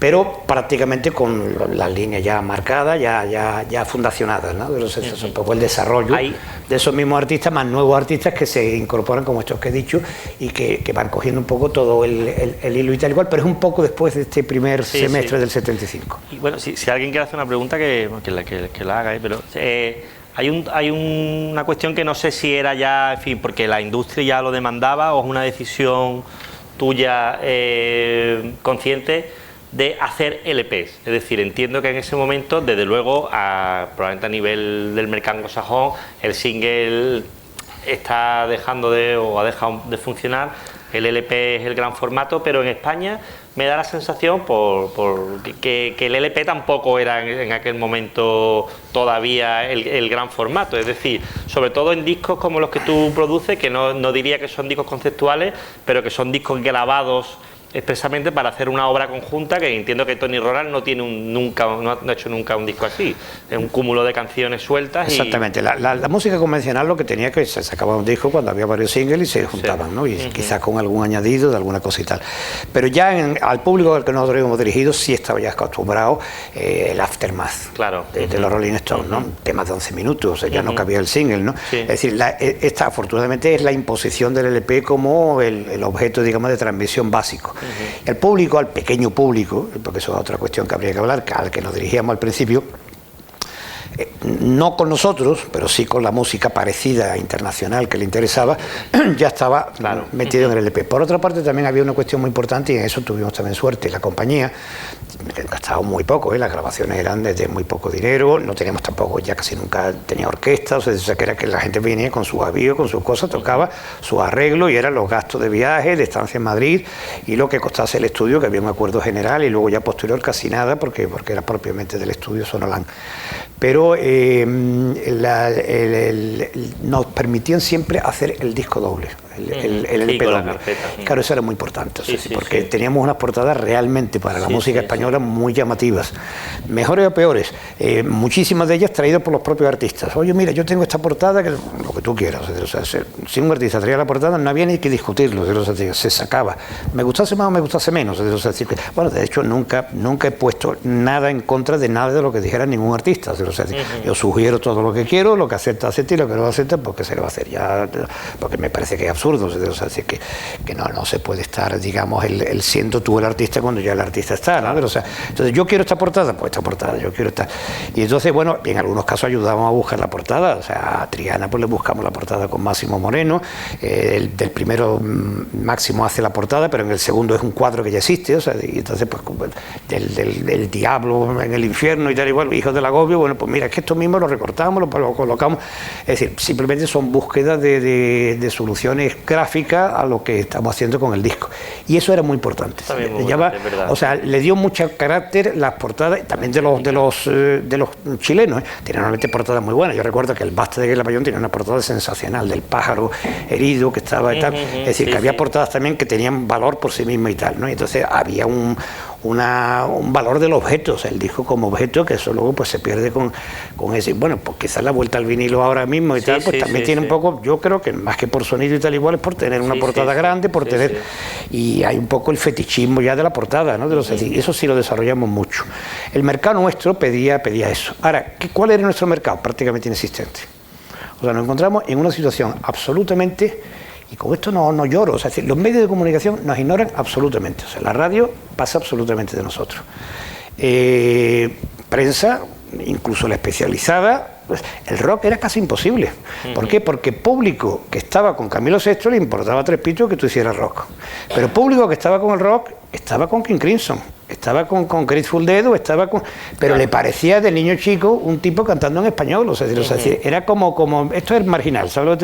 Bueno, no está mal, o sea, alguna gente de buena voluntad de los medios, como Carlos Tena, no gustándole mucho, pues lo decía él claramente, pero decía, bueno, sí, pero es música española y debemos de apoyarla y debemos de no sé qué, y apoyaba a Triana, el primer single de Triana, todas las cosas y tal y cual, pero con una especie de condescendencia de que, claro, esto no tiene nada que ver con King Crimson, no tiene nada que ver con horrores que había en la música americana o inglesa de ese tiempo. Yo recuerdo las peleas con Genesis y tal, que me parecen grupos espantosos, mucho peores que los nuestros, pero ¿cómo se va a comparar Genesis con Goma, ¿no? O sea, permitirme un poco esa altivez al cabo de los años, porque ya la tenía entonces. Es decir, pero claro, la crítica no, la crítica pensaba que Genesis era el sumo y que nosotros éramos unos niñatos que empezábamos, que no sonaba bien, siempre te decían, bueno, sí, pero es que la mezcla, cuando alguien te quería poner una pega, siempre te hablaba de la mezcla. No, es que no acaba de estar bien mezclado, y dice, no está bien mezclado, o sea, está bien mezclado Genesis, o sea, decir que, y nuestro técnico no sabe, o sea, era así, o sea, si no teníamos ninguna. Entonces, claro, estamos en una especie de terreno de nadie. Porque hay un público que está con Camilo VI y otro público que está con King Crimson. Y tú estás ahí en medio que no es para nadie. O sea, en la propia emisora, en la propia tal, no había juego de ese tipo de música. ¿Entiendes? Porque había la gente que sí, que estaba con el country rock, no sé qué y tal. Y claro, pues la cosa brillante de los Zonos, de los Birds o lo que sea, o la cosa brillante de Jay Brown, pues no la encuentran en este otro tipo de cosas, y todavía cuesta trabajo que eso se mentalice, ¿no? Ha hecho falta un tiempo grande. Sí. Triana tarda 2 años en funcionar. 2 años, ¿eh? O sea, decir que es que imagínate lo que significa. Te decía antes que Triana vende 19 discos en el primer semestre. 19 discos, que imagínate lo que significa, absolutamente nada. Probablemente eran 3 veces más, pero me da igual que fueran 60. Así que era absolutamente nada. A los 2 años Triana empieza a funcionar. María Jiménez tarda la vida en que de verdad su primer disco empiece a funcionar. Lo que pasa es que afortunadamente. ¿Cómo aguantamos todo ese tiempo? Con las buenas ventas que tenemos de los sudamericanos, fundamentalmente de los chilenos. También empezamos a sacar los cubanos, también tardan, o sea, no es como los chilenos empiezan a vender inmediatamente, pero los cubanos, fundamentalmente los 2 que vendieron, todos los demás no vendían, que eran Silvio Rodríguez y Pablo Milanés, claro, pues también tardan, ¿eh? O sea, que el público español también le cuesta tragar, porque es que parece ahora que es que todo es maravilloso, ¿no? Uy, es que Silvio ha costado un rato el que entrara, ¿eh? Pues nosotros estábamos ahí, bueno, yo estaba loco con Te doy la canción, lo grabo con María Jiménez y tal, y para que la gente trague con Te doy una canción, pues tarda, o sea, no entra en la primera. Afortunadamente sí habían entrado muy rápido, sobre todo Quila Payún y Víctor Jara. ¿Quieres hacer una pregunta? Hola, pues, oye, en primer lugar, muchísimas gracias. Me parece todo un regalo escucharte, Gonzalo. Estupendo. Es una gran alegría y realmente muy agradecido, la verdad que sí. Mira, haciendo un poco alusión a lo que comentabas al principio, de la atracción musical, hace referencia de la groupie de Liverpool y ese deseo de la música, y que ahí se da uno cuenta, pues ese impulso libidinoso sexual acerca de la música. Yo diría que también para los grandes melómanos el objeto de deseo, en este caso creo que se encajó, se enfocó un poco en gente como tú y que posibilitaron lo que fue el crecimiento musical en la Andalucía de final de los 70, principios de los 80. Para mí fue desde luego un gran descubrimiento y eso es lo que, y pues estoy aquí escuchándote, de hecho. Hay una cosa que me llama la atención y además son percepciones, ¿no? Cuando yo soy un andaluz revenido, nací en Andalucía, me fui y volví. Y cuando volví sí lo que vi fue un grado de represión muy absoluta, o al menos un grado de evolución pues más o menos gradual acerca de la música. No me encontré a grandes a personas que siguieran ese tipo de música que nosotros escuchábamos, que en aquellos tiempos pues, decían eran los pelijas, los que escuchábamos rock, el underground sevillano o andaluz. Y en ese momento pues sí, yo sé que estabais un poco en ese entorno, estabais detrás, estabais tú, Ricardo Pachón, todo lo que era pues, el rock progresivo, fruto de lo que era pues, esa introducción de la música a través de las bases y demás, que cosa que es de agradecer y que nosotros desde luego sí que pues, hemos interiorizado. Yo tuve la posibilidad también de ver pues, en aquellos tiempos el rodaje de un poco, de Manuela, en Lebrija, cuando estabais por allí. Y lo curioso es que sí que he visto como una especie de sociedad muy represiva, muy reprimida en torno a lo que eran los nuevos valores que se iban despertando en torno al mundo del rock. Y sobre todo a... Pero eso sigue ocurriendo ahora. Sí, es decir, eso es la sociedad y es la condición o sea, la persona tiene siempre dificultad para aceptar una cosa nueva. No era peor en aquel momento, o sea, no era peor en aquel momento. O sea, es simplemente que nada nuevo te parece maravilloso a la primera. O sea, que cuesta mucho trabajo el imbuirte de que eso tiene los valores de algo que tú ya has dado anteriormente. Totalmente, coincido contigo perfectamente porque sé que eso no va a cambiar y afortunadamente es de minorías, por lo cual todavía le podemos dar ese poder cualitativo a lo que escuchamos y a lo que estamos haciendo, o lo que estáis haciendo, ¿no? El hecho es que frente a esa lucha, de alguna forma, contra la ortodoxia, porque habéis tocado un movimiento muy complicado, que es el flamenco, ¿no? Y hay una gran ortodoxia, una gran represión en Andalucía. Cuando llegáis, se produce un gran cambio con esos grandes discos, que evidentemente no eran grandes discos de vender, pero sí grandes discos de culto que se van a crear en la historia de lo que es el flamenco rock a lo largo de la vida, ¿no? Y que ahora sí. O sea, entonces, en ese sentido, sí os considero unos adelantados a vuestro tiempo. Evidentemente, si ahora estuvierais, posiblemente, no sé, Rosalía a lo mejor hubiera nacido delante de vosotros, posiblemente, no sé, pero la cosa es que realmente, si hay algo que me llama a mí la atención y por eso le pregunto, es ¿qué motivación te trae a ti aquí a intentar inmiscuirte, meterte en esa producción musical, de ese rock emergente, que evidentemente es un recurso que ya existe en Andalucía, pero que la propia sociedad, la transición democrática y demás, incluso antes, de alguna forma imposibilita o dificulta, porque lucrativo posiblemente no sea, tendrá que ser otra, porque afortunadamente gracias a esa motivación hoy tenemos ese movimiento que ha emergido, que yo creo que en gran parte sería vosotros. Eso es lo que quería decir. Muchas gracias, Gonzalo. Ya comenté al principio que mi toque primero fue Sketches of Spain, de Miles Davis. O sea, hay una especie de llamada que este disco me está diciendo que esto es lo que hay que hacer en España.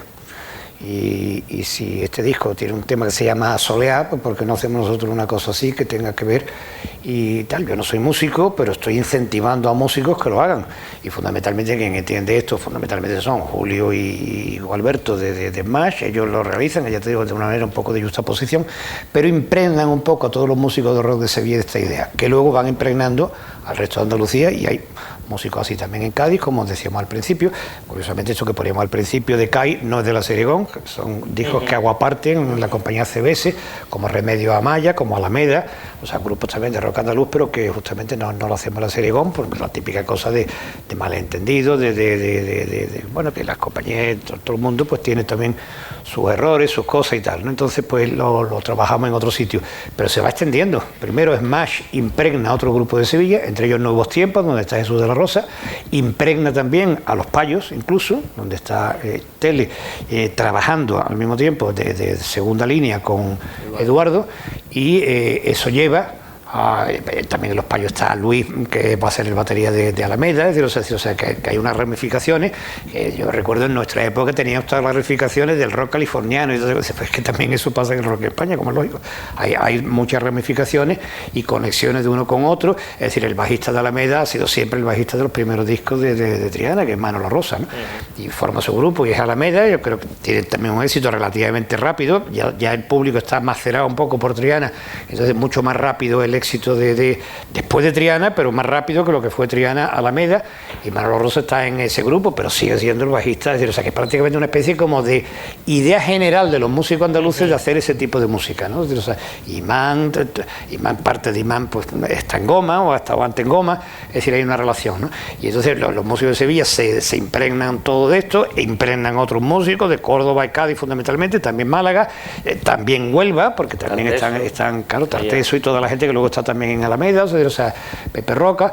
Es decir, hay una impregnación. Al mismo tiempo hay parecidos movimientos en el resto de España, o sea, no hay duda ninguna que en Cataluña hay también ese sentido identitario clarísimo, y está Compañía Máquina y Compañía Eléctrica de Armas, sobre todo el segundo, porque son auténticamente catalanes, o sea, que hacen sardana rock, o sea, así que con más o menos gracias, pero que a mí me gustaba mucho Compañía Eléctrica de Armas, ¿no? Pero yo llego a grabar grupos cántabros que están haciendo música cántabra, que suena un poco a las cuevas de Altamira, o sea, que es Ibio. Y entonces pues son ideas que se van formando un poco y que van teniendo afortunadamente éxito, pero es que al mismo tiempo en Francia Alain Stivel está haciendo algo parecido, o sea, así que encuentra el arpa céltica y tal, y la mezcla con el rock y hace un desarrollo y tal, no mucho más, porque en Italia prácticamente no hay apenas algo de eso, en Sudamérica hay algo también, los jaivas tienen en Chile pues también alguna necesidad de encontrar alguna identidad, digamos, cultural de lo que están haciendo en el rock. Yo siempre eso lo defino fundamentalmente como la unión de tu espacio con tu tiempo. O sea, nuestro espacio era evidentemente el rock, era algo que invade absolutamente la mentalidad de la gente joven del mundo occidental entero, no del mundo entero, del mundo occidental, que ya es suficiente, pero hay que conectarlo con tu espacio. Porque claro, te invade lo de San Francisco, pero tú dices, claro, que era nuestra primera idea en Smash, ¿qué hacemos nosotros repitiendo lo mismo que Franz Zappa? Adoramos a Franz Zappa, nos parece estupendo, pero ¿qué hace un pintor copiando a las meninas? Entonces, pues claro, tendremos que ponerle algo que nos diferencie, bueno o malo, lo que sea, pero que le dé una identidad. Si encima es buena y tal, ¿qué es lo que tenemos para poder tener un poco mayor y tal igual? Pues, coño, si nos lo está indicando un americano como Miles Davis y el flamenco. Si lo tenemos aquí, o sea, si eso le llega a un americano negro, ¿cómo no nos va a llegar a un andaluz que además fuma canutos con mucho flamenco? Pues claro, eso es una cuestión también muy importante, ¿eh? O sea, que cuando todos los chavales en Andalucía y en Sevilla concretamente, yo lo recuerdo perfectamente, empiezan con el canuteo, pues se encuentran que los que fuman de verdad son los flamencos. Y que chocolate se llama chocolate, que no se sabe exactamente por qué se ha puesto el nombre, porque se llama chocolate. Y que todo fuma lo que sea, Kif o lo que sea, ¿no? Grifa, los nombres que sean, que yo tampoco los conozco mucho. Pero claro, se encuentran que los que de verdad fuman son más que sus amigos californianos que están en la base de Morón y de Rota y tal y cual, son los propios flamencos. Entonces hay una mayor proximidad, digamos, también de sentido del mundo, de sentido de todo este tipo de cosas, y eso es muy importante, porque es tu mundo del rock, pero tu espacio. Y la conjunción de la longitud con la latitud está muy bien inventada. Entonces mi tiempo es el rock, mi espacio es Andalucía. De hecho, ahí, bueno, perdóname, hay hablando con Henry, bueno, que era danés, ¿no? Y que estuvo en Sevilla, estuvo en Smash y estuvo en Sevilla a finales de los 60, a principios de los años 70, estuvo muchos años viviendo con Manuel Molina, muy metido, de hecho creo que fue el que más estuvo metido con el mundo de los gitanos. Y bueno, cuando a él le decían, tú eres hippie, dice, yo no soy hippie, hippies son los gitanos. Dice, yo no puedo, a su lado, underground son ellos, ¿no? Hippies de verdad son ellos, ellos ya eran hippies, ¿no? Y bueno, no creo que, o sea, no lo dice ni por epatar, ni mucho menos, que yo creo que él se encuentra con un mundo tan de verdad y tan underground y tan, en fin, que... La figura clara de todo esto era Manuel Molina. Manuel Molina aparece y ya está con Smash. Y hacen esa maravilla, como te decía, de ni recuerdo ni olvido, ¿no? Además del garrotín y tal y cual. Luego desaparece, no sé si la Mili o ya había hecho la Mili cuando no sé cuánto, y aparece en la Fundación de Triana. O sea, Triana se funda en la casa de mi hermano Javier, en el chalet que tiene la afuera de Madrid, que tenía, y allí están los 3 Triana con Manuel, sin Lole, pero con Manuel, pero con el proyecto de que Lole venga también, o sea, que van a ser 5. Ven que 5 es mucho para dividir lo poco que esperan ganar en cada gala.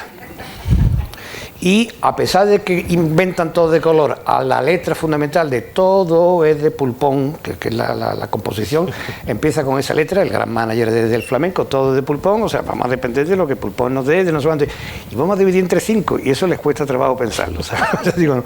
Y entonces Manuel, que está ya ennovietado con Lole y que tal, piensa que él prefiere dividir entre 2.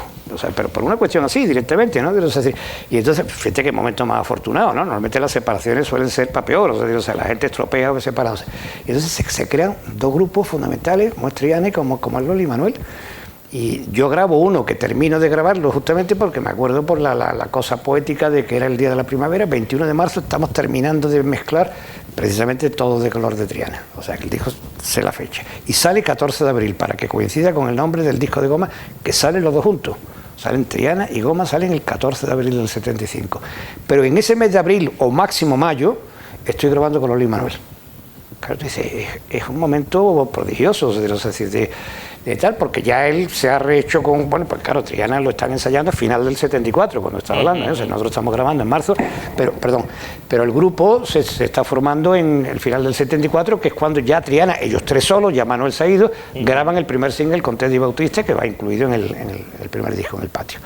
Y entonces ya él graba con, o sea, que la figura de Manuel Molina te va punteando todo, o sea, que está con Smash, está con Triana y luego hace Loli y Manuel. Influencia el flamenco de una manera brutal. No hay flamenco que se oponga a eso, ¿eh? Así que curiosamente, porque claro, hay la fama también de que el flamenco es muy exclusivo y hay los gurús y los que dicen que no y todas estas cosas. Aceptaron perfectamente Loli y Manuel, o sea, era tan puro, tan flamenco, tan bulería, no había la más mínima discusión. Nadie me dijo nada de la impureza de Loli y Manuel, porque es que no había impureza, como me ocurrió lo mismo con María Jiménez, no había lo que le gustaba a los flamencos y el disco de María Jiménez, o sea, yo cogí una amistad con todos los flamencos, porque era el que había hecho el disco de María Jiménez, que era una maravilla, porque ya te digo, de los guitarristas, todo el mundo. Luego, entonces, tampoco hay ese mito, me cacho los demonios, qué torpe estoy, de que es que el flamenco es muy inaccesible y que tiene sus controles y todas esas cosas. No, esos 2 discos fueron absolutamente uno aceptado perfectamente después del otro, ¿no? ¿Por qué? Porque la figura de ¿cómo se le va a poner problema a Miguel? Y a Manuel.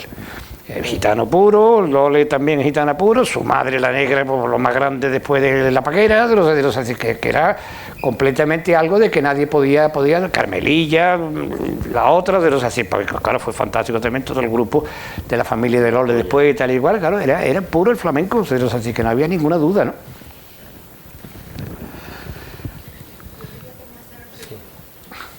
Yo me acuerdo hace tiempo en Sevilla que di un concierto que estaba Imán Calzato Independiente y Hilario Camacho. Ajá. Y te quería preguntar un poco qué opinas tú de Hilario Camacho dentro del contexto de la música española, y también que no has nombrado hermanos Amador, a Raimundo Amador, Pata Negra, Tito Veneno. Sí, es que eso fue un poquito después. Vale, sí, vale. Es que no. Está un poquito también mezclado, ¿no? Es que sí, sin duda, pero lo que pasa es que eso no fue exactamente en el 75, que eso fue un poco después. Es que no hemos parado en septiembre del 75. También te quería preguntar si habías conocido a Gato Pérez, que me pareció un personaje muy simpático. Sí. Con Gato hago su último disco. Con Gato hago su último disco. Sí, pero eso es otra historia también más tarde. Es que haría falta una serie de conferencias para ir un poco llenando todo. Con Gato hacemos su último disco. Vamos a editar el disco y Gato muere. Y entonces, bueno, para mí me queda la satisfacción de que el disco, normalmente yo me ocupaba del orden, si al artista le parecía bien el orden que yo hacía, cierro el disco con una canción que se llama Ahí se queda la canción. Ahí se queda la canción resonando en los andenes, como un alboroto de soldados cuando en las estaciones de los trenes, en fin, una letra que me parece que es absolutamente la obra maestra de Gato y que de manera involuntaria era su despedida, que ahí se queda la canción.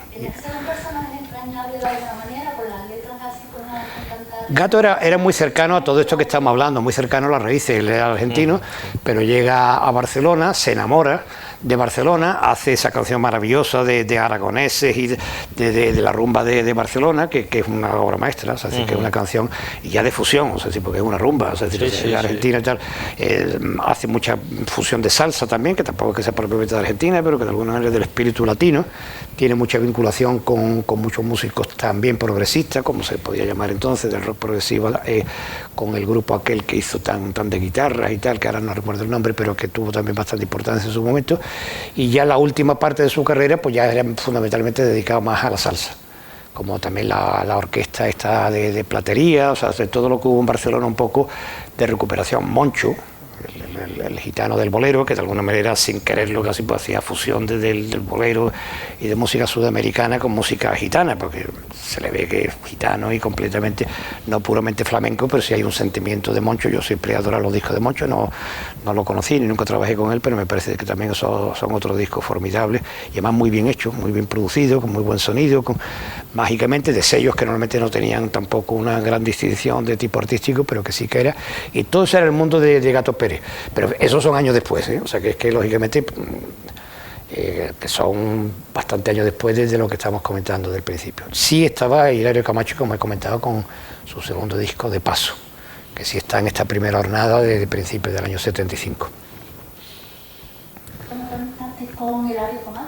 Hilario ya comentaba que su segundo disco se lo ofrece a su productor, Alain Biló, que ha tenido una decepción grande por Los Cuatro Muleros, su primer disco, que no ha gustado. Y entonces Alain, no lo entiendo, porque Alain era una persona de una gran percepción, pues no ve el disco. Yo ni siquiera tengo que escucharlo, yo le digo a Hilario que sí, sin saber lo que trae, como a Loli Manoli, como tantos discos. Yo me he metido a grabar discos sin saber exactamente lo que íbamos a grabar, por pura confianza con el artista. Ya lo que traiga será mediano o bueno, pero en fin, malo no va a ser. O sea, pero cuando estoy en el estudio, estamos grabando, me doy cuenta que es un disco... Pues así, yo canciones como Dolores, Dolores o El agua en sus cabellos me parece que son de lo mejor que se ha grabado en la música de cantautor en España. Y el tipo de arreglos, yo creo que es el primer gran bajo que yo me di cuenta, Quique Santana, o sea, el bajo de ese disco me parece fácil, la batería también, o sea, la base rítmica, la que fallaban muchísimos cantautores, que fallaban muchísimos discos españoles, lo más difícil era siempre tener una buena base rítmica de bajo y batería. Hilario viene con dos músicos excepcionales, y me quedo perplejo de verdad del nivel musical que tienen, ¿no? Unos arreglos de un francés muy bueno también, el guitarrista, y bueno, hace el disco que quiere, como quiere también, con algunas letras de Pablo Guerrero, que también está en esa primera fase de este primer año también, que lo que hacemos es un disco recopilatorio de todas sus primeras canciones, a Cántaro, etcétera, en el Olympia de París, para buscar un poco la cuestión de la repercusión que desde el Olympia, repetir un poco sus canciones que se habían perdido en un sello que ya no existía y que ya no había disco en la calle, Acción. Y A Cántaro era una canción que sí que tiene importancia y queríamos recuperarla, y inventamos esa idea del disco en directo, que es muy, eso también está dentro del primer año, del primer año del que me estoy refiriendo, del año 75 también. Uno de los discos importantes fue grabado en París, en el Olympia. Muy dojana, porque hubo público, pero en fin, no era un disco, digamos, de que fuera a llenar el Olympia, ni mucho menos, sino que fuimos a grabar el disco allí, tanto en los ensayos como en la grabación que se hizo, sí, de verdad, con público. No llenamos el Olympia, pero en fin, había un grupo de españoles y de gente que vino también a un gran disco también, o sea, me parece, pues, sobre todo el repertorio formidable, ¿no? Para huir de la muerte y A Cántaro, canciones que creo que son absolutamente, que había que recuperar de Pablo, ¿no? Eso también está hecho en esa primera parte del año 75. Sí, ahí sí. También aquí. Mire, yo fui a dos conferencias de Pedro Cachón, aquí en Cádiz, aquí en la UCA, y otra en la MESED, tan alucinante como la tuya que estoy escuchando. Y él hablaba mucho que tuvimos la suerte aquí en Andalucía que teníamos dos bases americanas. Gracias, pero traían los discos americanos.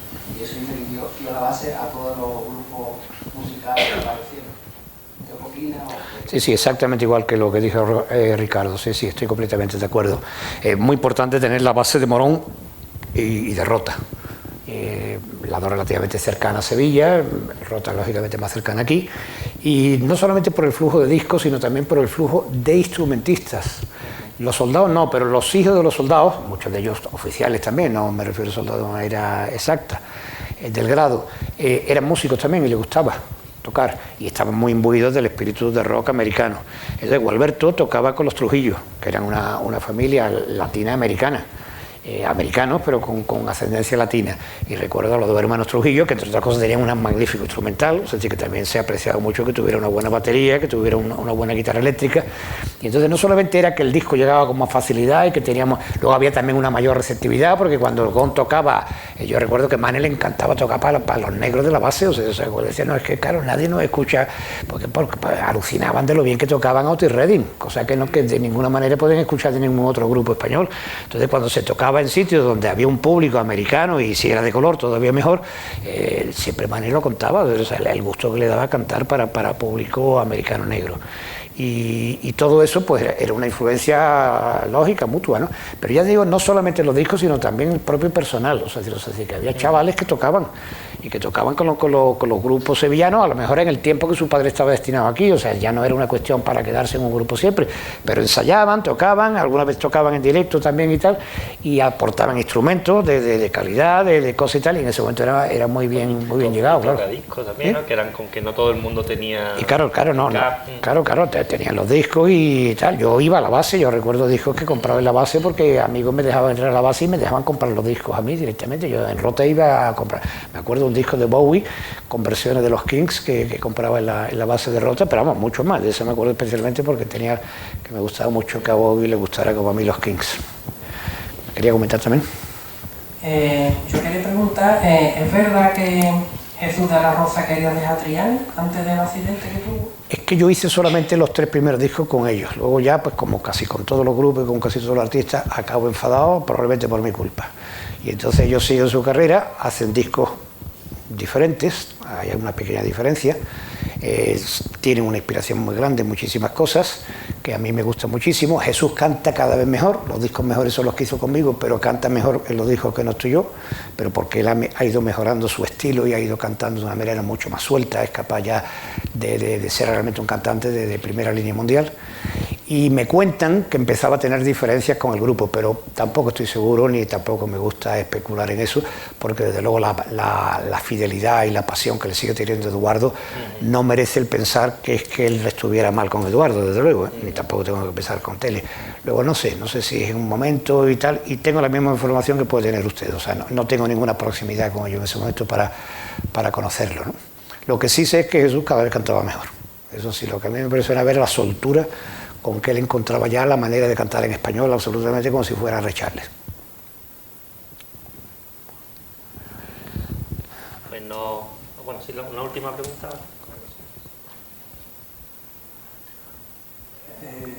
Bueno, yo prácticamente el 80% de la música que he escuchado y que escucho es de Gon. Cada uno tiene su altarcito. Yo tengo en el altarcito a Gualberto, el primer disco, Amancio Prada con Rosalía y el disco de Goma. O sea que todos los que hicimos en esa primera fase, entonces. No solamente de Gon, sino todos de esos meses. Me gustaría que comentaras algo sobre la grabación de Goma. Y luego otra cosa, una curiosidad. También habéis hablado de la importancia de las portadas, ¿no? Que se está perdiendo un poco ese... Es que al ser más pequeño, lógicamente, es que el tamaño importa para las portadas de los discos. La portada es de Alberto Corazón, ¿no? Sí, de Goma. Y creo que el primer diseño tenía la bandera republicana, pero era demasiado prohibido para eso. Sí, no recuerdo si fue la propia compañía la que nos dijo que no o hubo una censura, pero sí se mantuvo el título de 14 de abril. En una exposición reciente que hubo en Sevilla de la obra de un pintor muy cercano al grupo y que fue también, había las 2 portadas. Luego hay un momento en el que por lo que sea se editó con la bandera republicana, pero no recuerdo exactamente si era ya edición nuestra y luego ya hubo que cambiarla o es un diseño que luego no se realiza, pero sí lo vi en la exposición esta en el mes pasado de septiembre en Sevilla. ¿Tú sabes de eso? Sí, nunca salió, o sea, nunca se llegó a hacer creo que es un diseño que propone Alberto Corazón, y realmente no sé quién le dice que no, pero no existe la portada con la bandera republicana, y luego tenía otro detalle que era el ojo que era el ojo de la pirámide, ¿no? Estaba enmarcado dentro de un pequeño triángulo, y eso también desaparece. ¿Sí? ¿Y quién hay en Moviplay que entiende lo del triángulo? No, yo creo que no sé muy bien, habría que preguntarle a Alberto Corazón. que además lo voy a ver dentro de poco y se lo preguntaré por curiosidad, pero sé bastante ciencia que aquello no llegó nunca Todo esos misterios lo desentraña perfectamente Fran. El diseño Alberto original. Corazón hizo su diseño, efectivamente, era la bandera republicana y con un triangulito en el ojo. No, lo de la bandera republicana sí me parece que era algo evidente que alguien pudo decir no yo desde luego, pero el triangulito, ¿quién sabe lo que significa el triangulito? En Moviplay no había nadie que supiera nada del triángulo. O sea, que no entiendo pero tampoco lo que estaba en la exposición, por qué le quitan el triángulo. Lo eso que no estaba significa... en la exposición era una recreación hecha conforme a las instrucciones de Alberto Corazón, pero no era una portada, era un diseño hecho es profeso para la... Pues de Goma te comento que fue una grabación tumultuosa, los músicos eran formidables, pero no tenían todavía el dominio técnico de la composición que habían hecho. Es decir, eran mejores músicos y mejores compositores que instrumentistas, como pasaban tantas músicas españolas de la época, ¿no? Con eso no estoy diciendo que fueran malos instrumentistas, lo que pasa es que se habían metido en algo excesivamente difícil para ellos. Es decir, que Antoñito Smash era un magnífico batería, por supuesto, y lo sigue siendo y tal, bueno, cada vez mejor, o sea, probablemente ahora haría lo de Goma sin problema. Pero es que Goma tenía mucha ambición, tenía demasiada ambición, o sea, que era un disco que... Bueno, que era Stravinsky, que era Franz Zappa, que era lo más importante, digamos, de la rítmica mundial, no solamente española. Que lo único que se puede parecer a Goma es los discos más locos de King Crimson. Ni siquiera el primero y tal, sino cuando ya el guitarrista ya se vuelve majarete y es músico absolutamente conceptual, moderno y tal, ¿no? Y eso es Goma. Claro, un disco imposible de tener un éxito popular. Recuerdo que la única cosa que de verdad tuvimos positivo fue el entusiasmo de Teddy Bautista, que no había participado en nada, porque otras veces él no dejaba melotrones, con Triana fue fundamental la asistencia que él le hizo, con Granada no dejaba su melotrón, o sea, que Teddy tiene vinculación con muchas grabaciones. Nos propone un disco también de esa época, que para mí también es un disco muy importante, de los Andares del Alquimista, que es uno de mis discos también favoritos, pero que es de mis grandes fracasos, o sea, que no estoy... Y que creo que también es de esa misma época, de esos mismos... O sea, hay otro disco que también hacemos en este mismo semestre, porque es de los primeros, que me lo propone Teddy, de Alfredo Carrión, que es amigo suyo, que es una... O sea, Teddy tiene mucha vinculación, pero con Goma no tenía vinculación. Y sin embargo, el comentario de Teddy es que este disco es brutal, o sea, así que no se puede... Pero es el único que tenemos. No hay prensa especializada, no hay nadie que defienda Goma. Por otra parte, ellos no tocan en directo porque les cuesta trabajo tocar de verdad en directo esto mismo y tal, con lo cual prácticamente yo nunca los vi en directo, no sé si hicieron una actuación en Sevilla una vez no tocaron, ¿no? En el sitio aquel que había un poco de... En la universidad me contaron. Ah, sí. Había un motor que era Pibe Amador, que luego fue el motor también de toda la carrera, segunda parte de la carrera de Silvio, o sea, alguien muy importante, fue el que contacta con Corazón para que haga la portada. O sea, Pibe es muy importante para Goma, pero no es propiamente un músico, es decir, que lo que es una especie como de coproductor del disco conmigo y tal, ¿no? Me hace gracia porque Pibe, algo que luego se ha repetido, pero en aquel momento me hizo mucha gracia, firmaba en el disco Pibe Amador defectos especiales, de su participación en el disco, no eran los defectos especiales del disco. Y Goma nos costó muchísimo grabarlo, sinceramente, o sea, y mezclarlo más todavía. Yo recuerdo 10 manos, cada uno subiendo su tal. Oye, vamos mira, que cada uno suba el instrumento del otro, pero no el suyo. O sea, si vamos a llegar a un acuerdo, a mí me parece bien que si tú no eres el bajista, quiera subir el bajo, y si no eres el guitarrista, quiera subir la guitarra. Pero si eres el guitarrista, por favor, no tengas los aires de subir tu instrumento, porque si no es que acabamos todo arriba y no se puede mezclar. O sea, tú no puedes mezclar con todos los mandos arriba del todo.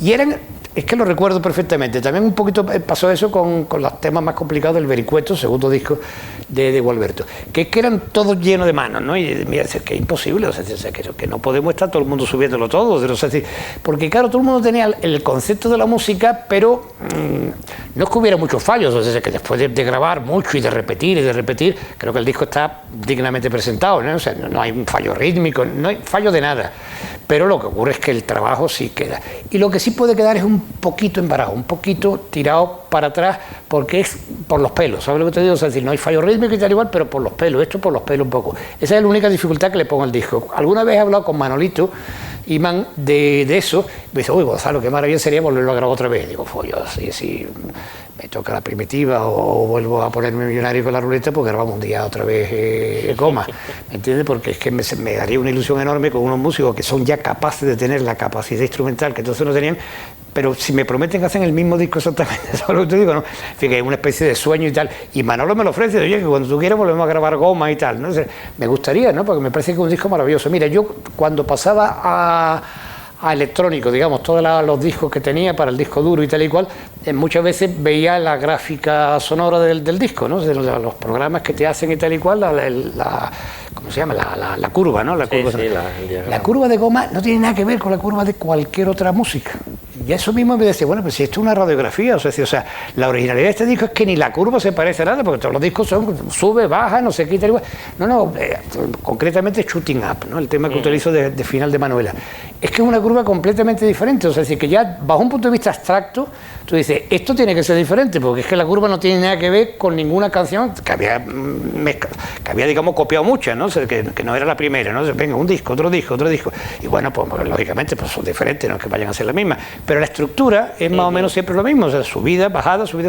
Goma no, Goma era que estaba abajo, pum, todo arriba, se queda arriba un montón de tiempo, pum, pega el bajonazo otra vez fuerte, claro, Shooting Up, si es que lógicamente, o sea, es un poco, entonces claro, para mí es un disco absolutamente único y por supuesto me alegro mucho que tú lo tengas en tus favoritos, para mí también lo es. Lo que pasa es que es uno de los grandes fracasos. Es decir, no interesó a nadie al principio, ya te digo, con la excepción de Teddy Bautista, y con el tiempo, pues bueno, ha ido cogiendo un poco. Es el disco que más he visto en exposiciones, creo que ya llevo contadas 5 exposiciones en las que está el disco de Goma, con lo cual dice, bueno, pues he hecho un disco de exposición, o sea, no en el Corte Inglés, pero sí son para las exposiciones, o sea, que hay cualquier exposición que hay del rock, va y coloca la portada de Goma, ¿no? Me pide Salvador que cerremos el coloquio, si queréis, y luego hablamos fuera de micro. Nada, daros las gracias por asistir y a Gonzalo por la lección magistral. Estupendo.